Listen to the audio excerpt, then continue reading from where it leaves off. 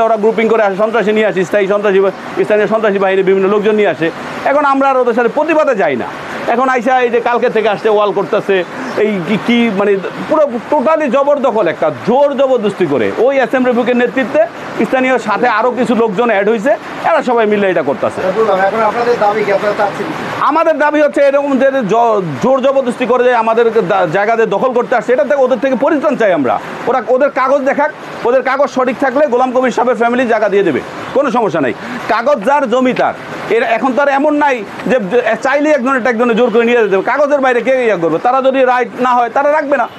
গোলাম কবির সাহেবের ফ্যামিলি তো জায়গা চাচ্ছে না, যদি তার অন্যায়ভাবে চাচ্ছে না, তাদের কাগজপত্র এভরিথিং সব আছে, ওনার কাগজপত্র যাচাই করে দেখুক। কোর্টে মামলা করছে, একটা মামলা তো ওনারা উইন করে নাই।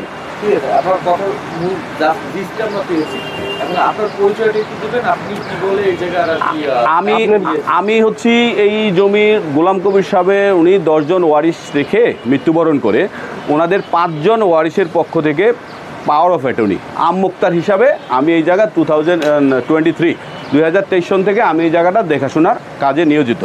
ঠিক আছে, আমি ওনাদের এই চাল্লাল যে ভাড়াটারা উঠে এটা আমি উঠাই, ওনাদের আইন আদালত কোর্ট কাছারি মামলা সব কিছুতে আমি জিডি করে আমার বাদী এভরিথিং সব কিছু, মানে ওভারঅল প্রশাসনটা আমার দেখতে হয়। ঠিক আছে, আমি ওই হিসাবে। আর ওনারা বেশিরভাগই সবাই মানে বাইরে থাকে, ওনারা হ্যাঁ বেশিরভাগই।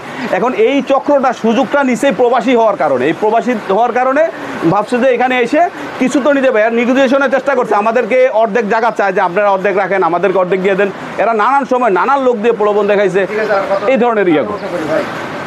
ওয়ারিশরা আমরা তুলে, আমি যেমন 5 জনের ওয়ারিশের টাকা আমি ওয়ারিশ না, আমি ওয়ারিশের 5 জনের পক্ষ থেকে পাওয়ার অফ অ্যাটর্নি।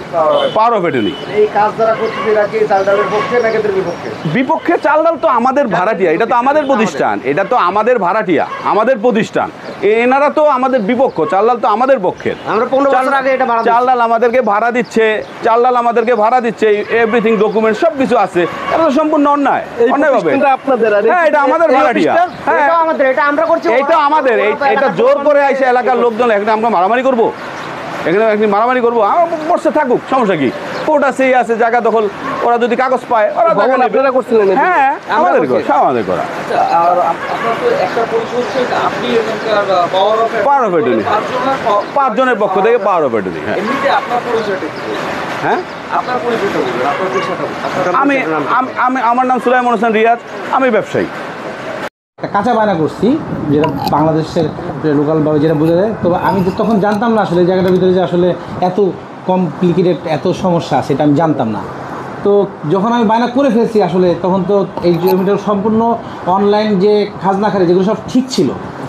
তো আমরা বায়না করার কিছুদিন পরে দেখলাম যে অনলাইন, মাসখানিক পরে অনলাইনের যে মানে খাজনাখারি যে চেক করে, তো জায়গা জমি আমরা তো চেক করে অনলাইনে এখন চেক করা যায়, এবং দলিল টলিল সবই আছে। এরপরে যখন এটা দেখলাম যে অনলাইনটা বাদ দিয়ে হবে, তখন আমরা আমাদের যাদের কাছ থেকে কিনছি, এই জমিটার যারা ওয়ারিশ সূত্রে যারা মালিক, মিস্টার তৌহিদুল সাহেবরা, মিস্টার